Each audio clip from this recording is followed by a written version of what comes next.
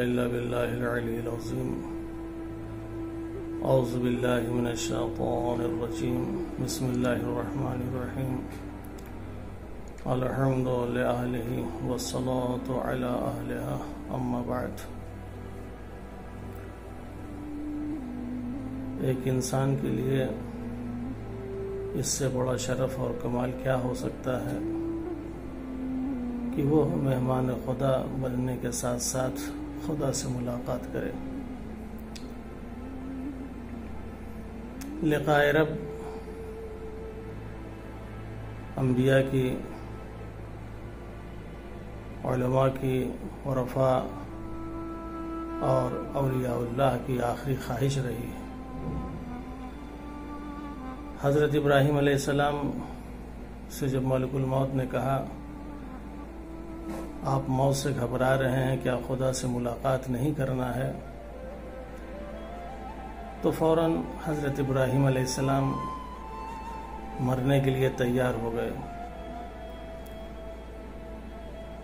یہاں ماہ رمضان زندگی میں خدا سے ملاقات کروا رہا ہے. یہاں مرنا نہیں ہے، یہاں زندہ رہ کے خدا سے ملاقات کریں. اس لیے کہ ملاقات سے بہتر کوئی شے نہیں ہے. یا ایھا الانسان انک کادح الی ربک کدحا فملاقیہ.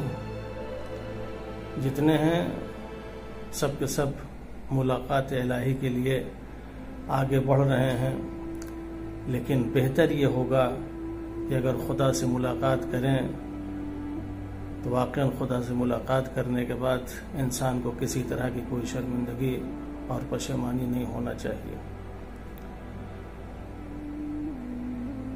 ہم ماہ رمضان میں داخل ہوں تو ایک عارف کی حیثیت سے ماہ رمضان میں داخل ہوں، اور جب ماہ رمضان میں ایک عارف کی حیثیت سے داخل ہوں گے تو یقیناً خدا کی ملاقات ضرور ہوگی. اور جو خدا سے مل گیا، جس نے خدا کو حاصل کر لیا، اس نے گویا سب کچھ پا لیا. امام حسین علیہ السلام نے دعا عرفہ میں جو ارشاد فرمایا، ماذا وجد من فقدک وما الذی فقد من وجدک لقد خاب من رضی دونک بدلا.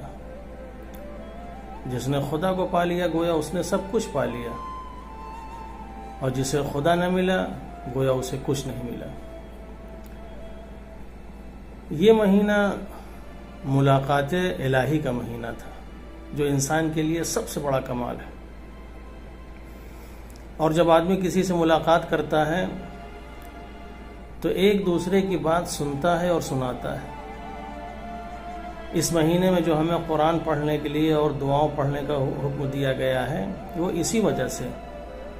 قرآن پڑھیں تاکہ خدا کی باتوں کو سنیں، دعائیں پڑھیں تاکہ اپنی باتوں کو خدا کو سنائیں. لہذا اس مہینے میں ہم جب خدا سے ملاقات کرتے ہیں تو ہم خدا کی بات بھی سنتے ہیں اور اپنی بات ہم خدا کو سناتے بھی ہیں. اگر خدا کی باتیں سننا ہو تو انسان کو اس مہینے میں زیادہ سے زیادہ قرآن مجید کی تلاوت کرنا چاہیے. انا انزلناہ فی لیلۃ القدر. ہم نے قرآن مجید کو شب قدر میں نازل کیا. ماہ رمضان میں ہم نے قرآن مجید کو نازل کیا. شہر رمضان الذی انزل فیہ القرآن. ماہ رمضان جہاں ظرف روزہ ہے، ظرف عبادت ہے، ظرف اطاعت ہے، وہیں ظرف قرآن ہے. صاحبان ظرف کو چاہیے کہ اگر ماہ رمضان سے کچھ نعمتیں حاصل کرنا چاہتے ہیں تو سب سے بہترین نعمت جو اس ماہ رمضان میں ہے وہ قرآن مجید ہے، جو خداوند عالم نے نازل کیا ہے. نزول قرآن یہ بارش کی طرح نہیں ہے کہ جیسے آسمان سے بارش نازل ہوتی ہے اسی طریقے سے قرآن نازل ہوا. اس لیے بارش کی صورتحال کچھ اور ہے. بارش جب آسمان سے نازل ہوتی ہے تو بارش کا عالم یہ ہوتا ہے، بارش اگر اوپر ہے تو نیچے نہیں ہوتی، اور بارش اگر نیچے آ گئی تو پھر اوپر نہیں ہے. مگر قرآن مجید کا نزول ایسا نہیں ہے. قرآن مجید اگر ایک طرف دست قدرت میں ہے تو دوسری طرف دست بشر میں ہے. یعنی ایک سرا اس کا خداوند عالم کے ہاتھ میں ہے اور دوسرا سرا بندوں کے ہاتھ میں ہے.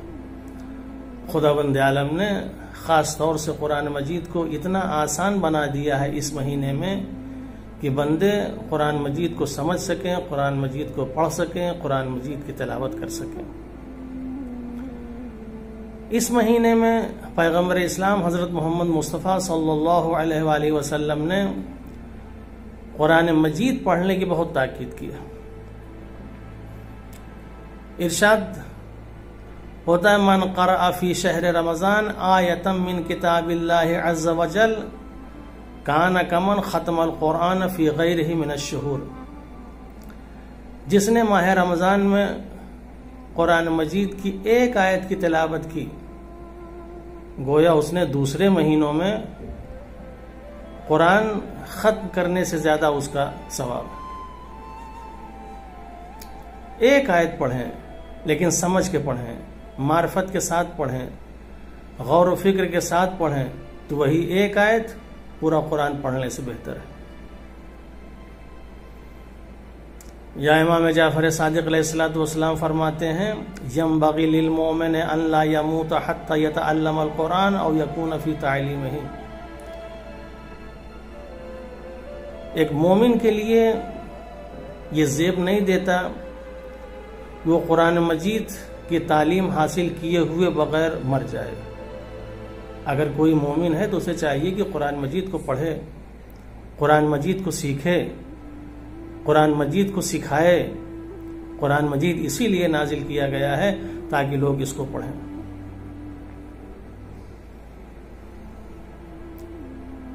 یا دوسری جگہ امام جعفر صادق علیہ السلام نے فرمایا القرآن عہد اللہ الی الخلق فقد ينبغي للمرء المسلم ان ينظر في عهده وان يقرأ في كل يوم 50 آیہ.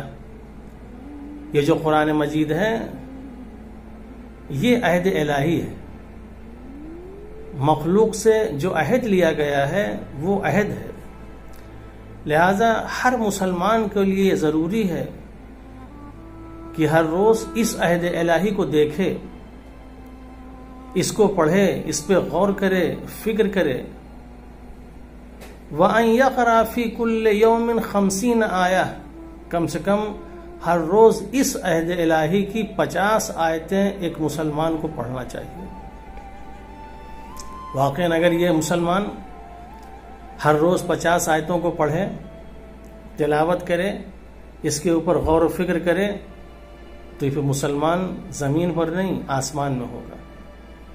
آج واقعاً آسمان میں ہمیں ہونا چاہیے مگر آسمان پہ ہم نہیں ہیں، دوسری قومیں ہیں. وجہ یہی ہے کہ ہمیں جیسے قرآن پڑھنا چاہیے تھا اس طریقے سے ہم نے قرآن کو نہیں پڑھا. جن لوگوں کو قرآن اس طریقے سے پڑھنے کے لیے حکم نہیں دیا گیا ان لوگوں نے پڑھا اور آج اسی قرآن کے ذریعے سے وہ آسمان پہ ہیں. آسمان پہ اس لیے ہیں یہ قرآن آسمانی کتاب ہے. جہاں یہ قرآن ہوگا وہیں انسان ہوگا. آج وہ بلندی پہ ہے تو قرآن کی وجہ سے ہے، لیکن ہم جو آج بلندی پہ نہیں ہیں وہ اس وجہ سے نہیں کہ ہم قرآن کے ساتھ نہیں ہیں. پیغمبر اسلام کی آخری خواہش یہی تھی، چونکہ ہمیشہ مسلمانوں کو منزل کمال پر دیکھنا چاہتے تھے. جاتے جاتے اس دنیا سے یہ کہہ کے گئے انی تارک فیکم الثقلین کتاب اللہ وعطرتی اہل بیتی ما ان تمسکتم بہما لن تضلوا بعدی ولن یفترق حتی یرد علی الحوض. قرآن سے وابستہ رہو، قرآن سے اپنا رابطہ رکھو. اس لیے قرآن آسمانی کتاب ہے. اگر قرآن سے وابستہ ہو گئے تم بھی ایک آسمانی مخلوق کہلاؤ گے. لیکن آج ہمیں جہاں پہنچنا چاہیے ہم وہاں نہیں پہنچ سکے، اس لیے کہ قرآن کو ہم نے ویسے نہیں پڑھا جیسے ہم کو پڑھنا چاہیے تھا۔ قرآن کے لیے پیغمبر اسلام فرماتے ہیں القرآن مادبۃ اللہ، یا ان ھذا القرآن مادبۃ اللہ فتعلموا مادبتہ ما استطعتم۔ یہ قرآن دسترخوان الہی ہے، غذائے الہی ہے، جتنی تمہارے اندر استطاعت ہو، قدرت ہو، طاقت ہو، اس اعتبار سے تم قرآن مجید سے حاصل کرنے کی کوشش کرو، مگر کرو ما استطعتم، جتنی اندر تمہارے استطاعت ہے۔ یہ غذائے الہی ہے، یہ ایسا دسترخوان نہیں ہے جیسے ہمارا دسترخوان ہوتا ہے کہ ہم نے دسترخوان ماہ رمضان میں بچھا دیا، آدمی اپنے اپنے گھر سے جو دل چاہ رہا ہے پکوا کے لا رہا ہے اور دسترخوان پہ رکھ رہا ہے، اپنی خواہش کے اعتبار سے لا کے دسترخوان کو سجا رہا ہے۔ یہ وہ دسترخوان نہیں ہے۔ خداوند عالم نے ایسا نہیں کہا، ہم نے اس غذا کو آمادہ کر دیا ہے، یہ آمادہ ہے، یہ تیار ہے، تمہیں تیار کرنے کی ضرورت نہیں ہے، تمہیں اپنی خواہشیں اس میں ظاہر کرنے کی ضرورت نہیں ہے، اپنی مرضی سے کچھ بیان کرنے کی ضرورت نہیں ہے، اپنی مرضی سے کچھ لانے کی ضرورت نہیں ہے۔ ہم نے جو تمہارے لیے ضروری ہیں سب ہم نے تمہارے لیے آمادہ کیا، بس تمہیں اس غذا سے فائدہ اٹھانا ہے، اس غذا کو تمہیں کھانا ہے۔ لیکن جو خداوند عالم نے آمادہ کیا تھا، جسے خداوند عالم نے تیار کیا تھا، ہم نے خدا کی آمادہ کی ہوئی غذا کو ترک کر دیا، چھوڑ دیا، اور اپنی مرضی سے اور اپنے اعتبار سے اور اپنے ذہن سے ہم نے جس طریقے سے تیار کیا اس کو لوگوں کے سامنے پیش کرنا شروع کیا۔ نتیجے میں ہدایت کے بجائے ضلالت انسان جو ہے اختیار کرتا گیا۔ اس قرآن کو پڑھیں، ویسے پڑھیں۔ اس قرآن کے لیے خداوند عالم نے کہا ہے کہ دیکھو تم قرآن مجید کے ساتھ وہ سلوک نہ کرو جو یہودیوں نے توریت کے ساتھ کی۔ ہم نے یہودیوں کو توریت دی مگر ان لوگوں نے لینے سے انکار کر دیا۔ ہم نے ان کے اوپر توریت کو تحمیل کیا مگر انہوں نے توریت کو اٹھانے سے انکار کر دیا۔ جس طریقے سے ان کو پڑھنا چاہیے، سمجھنا چاہیے، اس طریقے سے انہوں نے قرآن نہ توریت کو پڑھا نہ توریت کو سمجھا۔ صرف ایک گدھے کی طرح، جیسے ایک گدھا ہوتا ہے بوجھ کو اٹھائے ہوئے گھومتا ہے، اس کو نہیں معلوم ہمارے اوپر کیا لدا ہوا ہے، کیا چیز ہمارے اوپر رکھی ہوئی ہے، اسی طریقے سے یہودیوں نے توریت کا حال کیا۔ ہم اس طریقے کا حال قرآن کے ساتھ نہ کریں۔ مثل الذین حملوا التوراۃ ثم لم يحملوها كمثل الحمار يحمل اسفارا۔ ہم گدھے کی طرح نہ ہوں کہ قرآن تو ہم اٹھائے ہوئے ہوں لیکن ہمیں یہ نہ معلوم ہو قرآن میں کیا ہے، قرآن میں کیا نہیں ہے، قرآن نے ہمیں کیا بتایا ہے، قرآن نے ہمیں کیا نہیں بتایا۔ ہم قرآن کو اگر حمل کر رہے ہیں، اٹھا رہے ہیں، تو ہم قرآن کو سمجھیں، ہم قرآن کو پڑھیں، قرآن پر غور کریں، قرآن کو فکر کریں، قرآن کی آیتوں کے اوپر عمل کریں، تبھی جا کے ہمارا شمار قرآن حمل کرنے والوں میں ہوگا۔ یہی وجہ ہے پیغمبر اسلام جو میدان حشر میں خداوند عالم سے ایک شکوہ کریں گے، پروردگارا رب ان قوم اتخذوا ھذا القرآن مہجورا، پروردگارا اس امت نے قرآن کو چھوڑ دیا تھا۔ اس کی وجہ یہی ہے قرآن مجید چھوڑنے کی کہ ان لوگوں نے قرآن کی تلاوت تو کی، قرآن کو تو پڑھا، سب کچھ کیا، لیکن قرآن کی آیتوں پہ جیسے عمل کرنا چاہیے تھا ویسے نہیں کیا۔ کیا قرآن سے زیادہ کوئی کتاب پڑھی جاتی ہے؟ قرآن سے زیادہ کوئی کتاب چھپتی ہے؟ قرآن سے زیادہ کوئی حافظ اور قاری ہیں؟ نہیں ہے۔ لیکن اس کے باوجود پیغمبر شکوہ کریں گے ان لوگوں نے قرآن کو چھوڑ دیا تھا۔ یہ قرآن کو چھوڑنے کا کیا مطلب؟ یہ مطلب یہی ہے ہمارے گھروں میں قرآن ہے، سب کچھ ہے، ہم قرآن مجید کو پڑھتے ہیں، تلاوت کرتے ہیں، سب کچھ کرتے ہیں، مگر قرآن مجید پر ہم عمل نہیں کرتے۔ اس ماہ رمضان میں جو ظرف قرآن ہے، اگر ہم کوئی کام کریں، سب سے اہم کام یہی کہ ہم قرآن کو اچھی طرح پڑھیں، اس سے درس لیں، اس کی آیتوں پر عمل کریں اور اس کو جو ہے لوگوں تک پہنچائیں، تاکہ ہمارا سماج، ہمارا معاشرہ ایک ہدایت یافتہ سماج اور ہدایت یافتہ معاشرہ کہلائے۔ والسلام علیکم ورحمۃ اللہ۔